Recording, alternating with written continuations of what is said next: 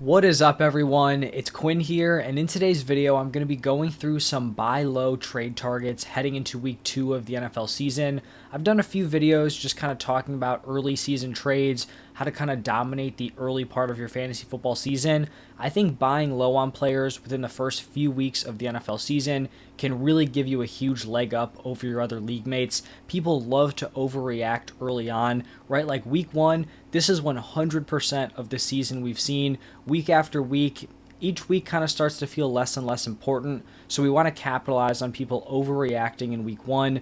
Maybe a player had a slow start. We want to capitalize on it. I'll also be putting out another trade video today talking about some sell high players. I already have my waiver wire target video up. Did a video last night talking about whether or not we should be panicking on certain players who underperformed in week 1. So a lot of content if you guys are interested. If you enjoy the video, hit that like button, subscribe to the channel. Really helps me out a ton. But let's jump into my first buy low player here heading into week 2, and it is going to be JAHMYR GIBBS. And prior to the Thursday night game, Dan Campbell came out and talked about how they were kind of going to ease JAHMYR GIBBS into his workload, and that's definitely what we saw in week 1. He only played on 27% of the snaps, logged 7 carries, 2 targets. That's a pretty solid workload for the number of snaps he played. But obviously, if you drafted JAHMYR GIBBS probably in round 3, that's kind of where he was going heading into the season. That's obviously not usage you want to see out of someone you spent a 3rd round pick on. I also think JAHMYR GIBBS is a prime buy low opportunity just because everyone was watching that Thursday night game. This was not some, random game on the first slate on Sunday where people are potentially just watching like their local teams. Everyone was locked in, first game of the season. Everyone who was rostering JAHMYR GIBBS, they were sitting there watching that game, getting frustrated that he wasn't playing, especially because every time he came in and had a touch, like he was pretty efficient. He would potentially break one off, he'd break a ton of tackles on the play. So it was pretty frustrating as someone who has a lot of shares of JAHMYR GIBBS to see him getting in there but not having a huge workload. I think that kind of factors into him being a solid buy low opportunity because the players who roster him were just sitting there watching him not get utilized throughout that game. But after the game, Dan Campbell talked about how they will continue to increase his workload throughout the season. I do think he was able to kind of flash some of his upside, even in a limited sample size.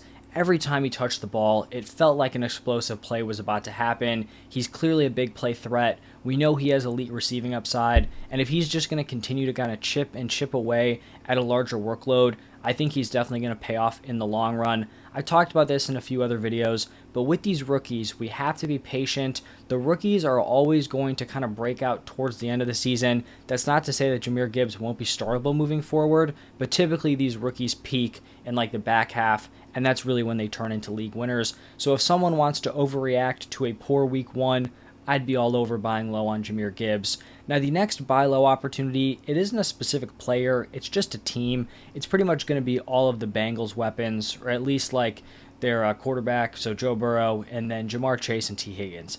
This offense only scored 3 points. It was an overall terrible performance. Joe Burrow threw for 82 yards on 31 attempts. That is unbelievably bad. Obviously, games like this can sometimes happen with the weather. Jamar Chase, 5 receptions for only 39 yards. T. Higgins was targeted 8 times and did not bring any of them in, so he finished with a goose egg, 0 receptions on 8 targets.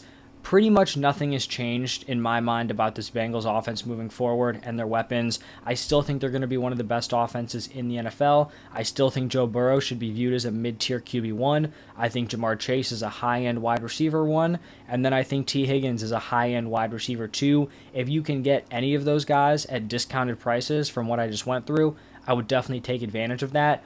And I think you can make the same argument for the Seahawks offense. They struggled. Geno didn't have a good day. JSN, Lockett underperformed. Even Metcalf with the touchdown didn't have a great performance. I think they also bounced back here. So I think both of these offenses, if people are panicking after 1 week when they proved last year they're solid units, then you got to take advantage of that and kind of, make some offers for those weapons. Now, the next player I'd be looking to buy low on is Rachaad White.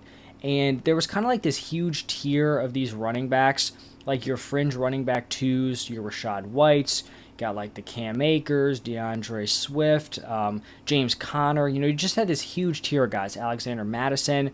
And I feel like we did a decent job of kind of sifting through figuring out the ones we wanted. I was pretty high on Rachaad White heading into the season, and he didn't necessarily hit with a big fantasy day. It was actually a pretty poor fantasy performance, only 6.9 PPR points, but his usage was elite, and that's really the main thing we want to look for with these buy low players. It's players who have strong usage, but it didn't necessarily translate to fantasy points, so that's the perfect buy low situation here for Rachaad White. He saw 71% of the snaps out of that backfield. He carried the ball 17 times, which was 70% of the total running back carries. He also had a 55% route participation, so even though he didn't have a huge receiving day, that's pretty solid route participation for the running back position. If he can maintain this role, there are going to be much brighter days ahead for Rachaad White and Rachaad White fantasy owners.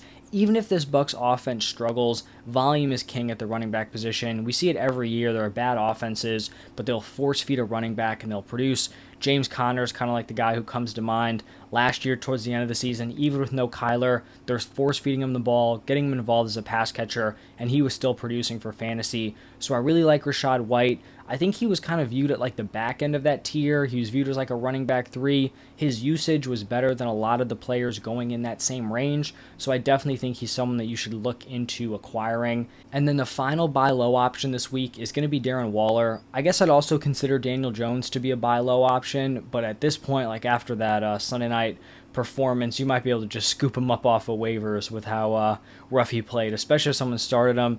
They're probably pretty sick of him. So if you can pick up Daniel Jones, I definitely think he's worth snagging off of waivers, or if you can just like get him as an add-on to a trade, also interested. But this is about Darren Waller here. And throughout the season, there's just not a lot of windows to go out and trade for a high upside tight end. You draft them, people typically hold on to them. Why would they kind of give up that positional advantage they spent a premium draft pick on? But this could be a window here to go out and get Darren Waller. I think just the overall terrible offensive performance kind of opened up that window. He did lead the team in receiving, but it was only 3 receptions for 36 yards. His usage also wasn't great. It was really strong in the first half, but once they were out of it, since he was dealing with that hamstring injury, they kind of just scaled him back, and he didn't play a ton in the second half. This was just one of those games for the Giants where, something goes wrong early on, and it just keeps snowballing, and they could just never recover.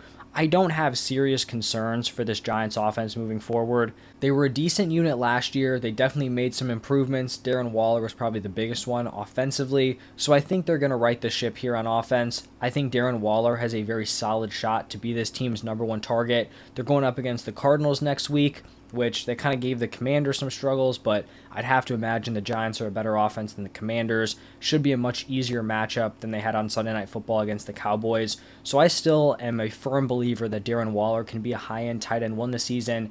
I would definitely be sending out offers for him. I also think Darren Waller kind of falls into this bucket of someone who was really rising in terms of his ADP late in the offseason. Like, he was someone who jumped potentially a round or 2 in ADP, seemingly over like the last month. He was getting really good reports out of training camp. He was targeted a ton in their preseason action. So he's someone who definitely shot up. So someone may have kind of, bought into the hype, reached on him, picked him early, and then they just kind of soured after 1 week. When people are kind of, erratic and they make a huge reach just because someone's getting hype, they also may, kind of be erratic and want to move off of them before they probably should. So I think that could also open up a decent spot to go out and get Darren Waller. But like I said, you're not going to have a ton of opportunities to trade for a high upside tight end. This is one that could be available here after just 1 week of the NFL season. So those are going to be some of my buy low players. Just to recap them, JAHMYR GIBBS, pretty much the entire Bengals offense. Throw the Seahawks in there also. Rachaad White, and then Darren Waller. If you guys want to drop potential trades you want to send out, I'll try to give you my feedback as quick as I can. Go check out my other videos. If you stayed all the way until the end, thank you. I appreciate it. Make sure you hit that like button. But thank you all for stopping by, and I will see you in the next one.